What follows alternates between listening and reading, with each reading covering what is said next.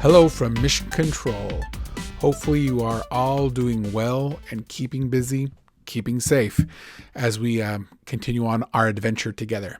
So, we are officially now into week 2 of our learning extravaganza, and I want to cover a couple of things that were just was handed down last week. So, first of all, I want to thank every one of you who actually really, and it's the vast majority of all of you who've turned in your assignments and are continuing to work.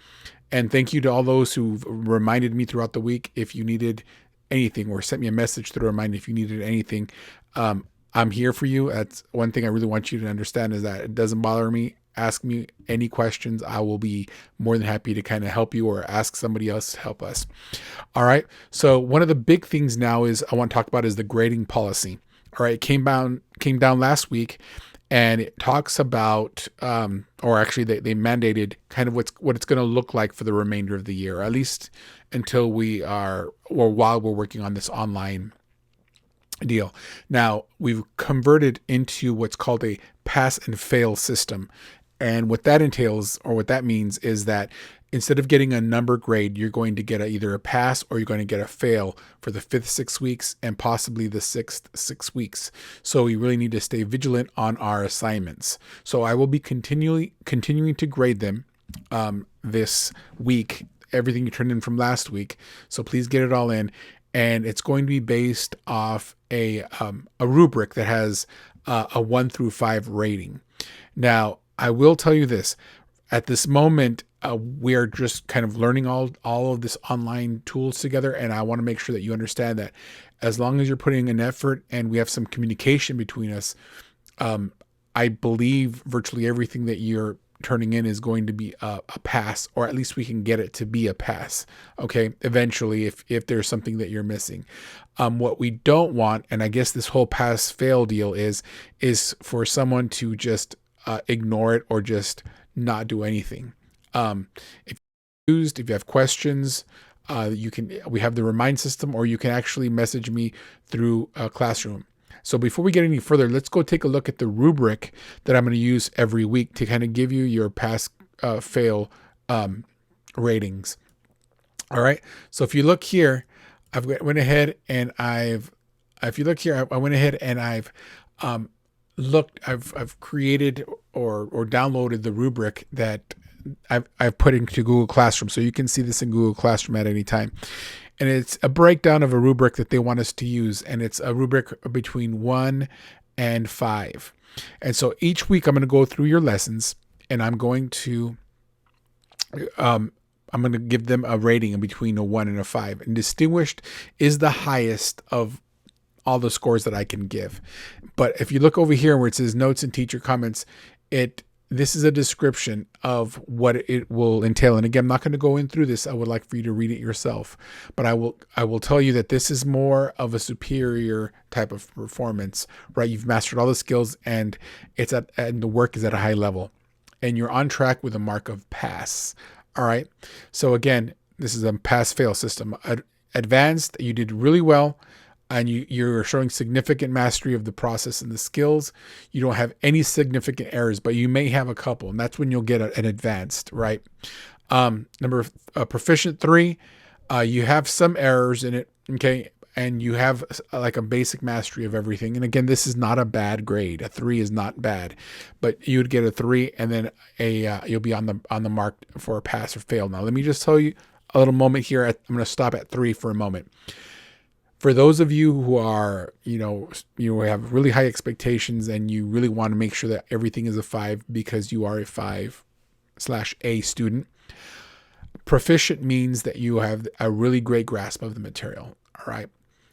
5 is a rock star, really above and beyond what I was expecting for the assignment.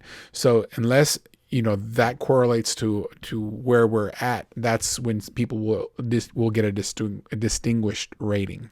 But again, you're still within the pass realm.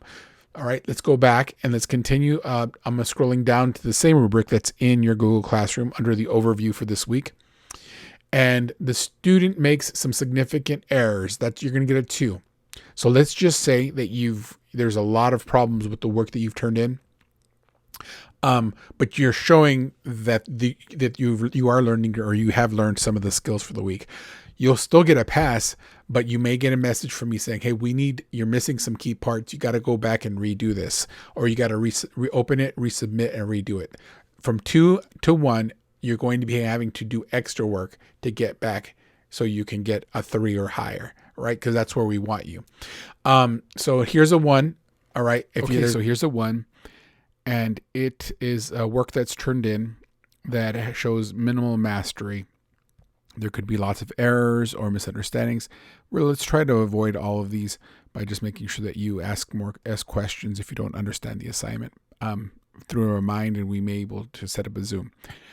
Okay, and then finally we get to 0, and this is where you would get, or not necessarily you, but your work will get an F or a fail. And again, these are going to accumulate. In other words, for every week we're going to keep track of them. Okay, teachers are all expected to do this, and then we'll get an average of failure and passes. And again, more information is going to be coming down. That's that in a nutshell. That's kind of the rubric.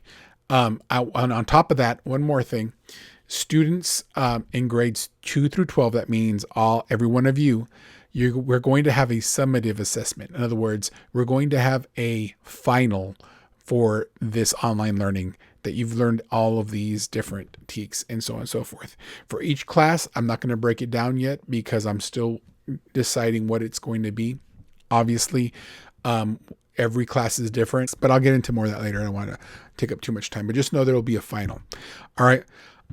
This is almost, we're going into the specific specific classes, but I want to let you guys know, if you haven't taken care of your technology requests, you have to do it this week. You have to do it this week. After this week, it's going to be assumed that you've already have all of your space set up and you're working on your lessons. Okay, so it's going to be full blown. This week we're full blown. Next week it's going to be, we're going to be wondering why you haven't set this up, and you'll be behind 2 weeks, and you don't want to get behind. Okay, again. All of these things, it will affect a grade. So please don't feel like this is something that is not important. These online classes are definitely important, and they are being counted. All right. So again, that's it for this general session. Message me through Remind with any questions that you may have. Okay. Again, I'm here for you. Now let's go into our individual specific class instruction for this week. All right, animation class, here we go. Here's your assignment for week 2. Remember to click on classwork so you can actually see all the week's work in order and in sequence. This just helps, again, just so that you know where your place is at. You can just kind of go through the list and check off what you've already done. So here is the week overview. It gives you the whole breakdown of what you're going to be turning in today and what the week looks like and what you need to turn in. Plus it has the quote of the week and fact of the week there too. Okay, and then here is our the mini lesson. The lesson that we're going to work on for this week is going to be rotoscoping. And you're going to practice the rotoscope before we actually do the original one, the one that you're going to create yourself. So let's practice a little bit. So here on this video, you're going to watch this video, and it's going to show you basically the Last Airbender. Right, and it's going to show you how this person took the original. It's going to show you the original and how he made the same scene, but he rotoscoped it. So you'll see both of them, the before and after. Then on right next to it is the actual tutorial that you're going to go through and basically walk through it. So this gentleman's going to explain how you use the onion skin and create all of the cool effects, and how you trace over it and create and colorize and basically make a copy of it. However, you're not going to be working with the cartoon. I took a clip from the movie Last Airbender, and the reason why I did that is because you're going to be filming yourself or somebody else for your original rotoscope project, and you're going to be tracing over live action footage, which should make your rotoscope animations look really great. And again, this is a really short clip that I have for you, and this is what you're going to download and work off of when you're doing the tutorial. It works the same way he did the cartoon, but you're going to be doing live action because it's closer to what we're going to be ending up with. Okay, so this is it's only 23 seconds long, and you'll be working on this throughout the week.